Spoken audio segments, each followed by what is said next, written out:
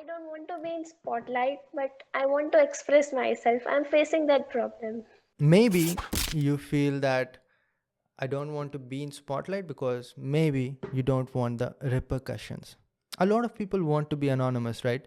Especially in YouTube comment section, and they are the ones who says the most nastiest of things because they know that they do not want the repercussions. Now, repercussions are going to be there. Every time you speak in front of public, there's going to be consequence, but that does not always have to be bad.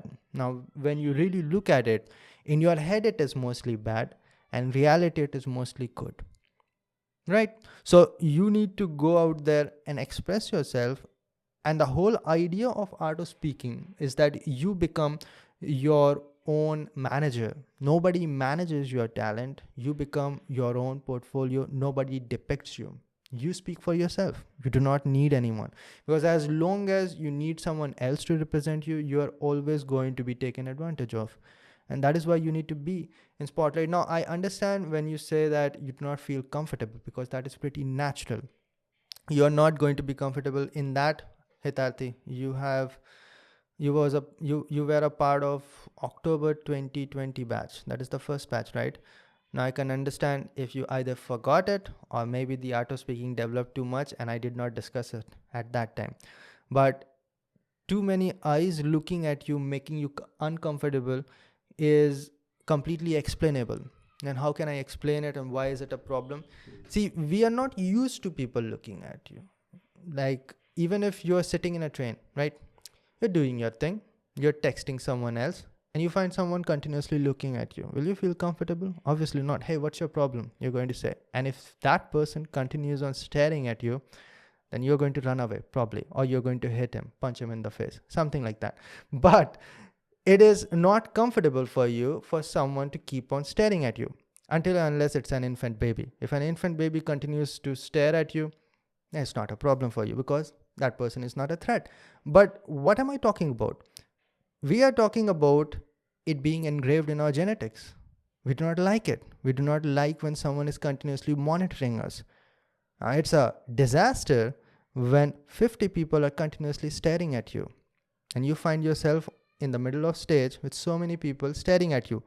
Not logically, not technically, but genetically. It's a problem for you, and you might not be able to understand, but this is what is actually happening. That is why you are uncomfortable. Now few other reasons are that now you are going to be judged, and it has to be perfect, which brings pressure.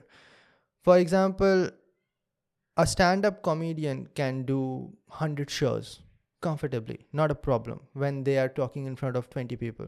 But the moment they understand that it is being recorded for Netflix, they're going to feel the pressure, because now it is final. They are not able to make mistakes anymore. That's the next level of example. So first of all, understand that too many people looking at you is genetically natural. Second comes the solution.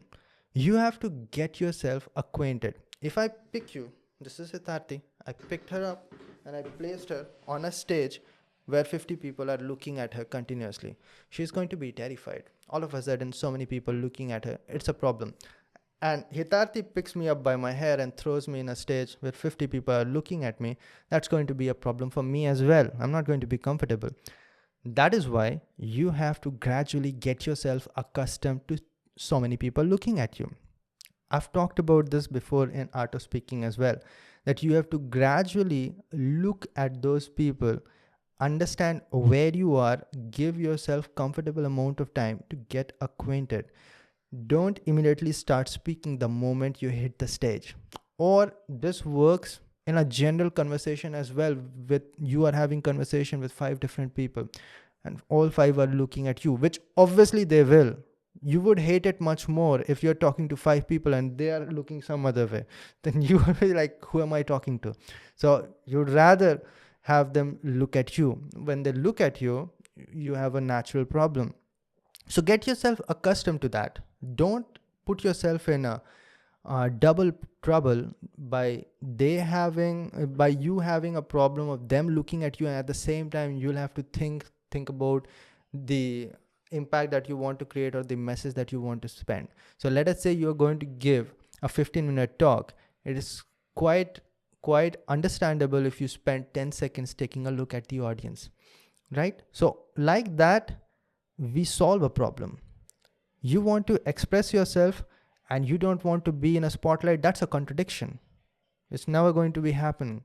So it's almost like I want to dance in rain, but I don't want to get wet. Does not happen like that. Well, you take an umbrella and dance in rain, maybe, or wear a raincoat and dance in rain. That's a solution, right? So you'll have to learn how to deal with that. And like anything else, it has to come with your voluntary effort and continuous practice and rehearsal. Got it? Okay. Now, you will have to understand that it is a problem for you because it is not natural to you. It's a problem that you need to solve and take as much opportunity as possible. Okay. Anyone else with similar problem or anything like that that you want to discuss? I don't have the similar problem, but I was also like very afraid to be in this spotlight always. I always wanted to answer the thing, but I don't want the people to notice me or to, because I was like very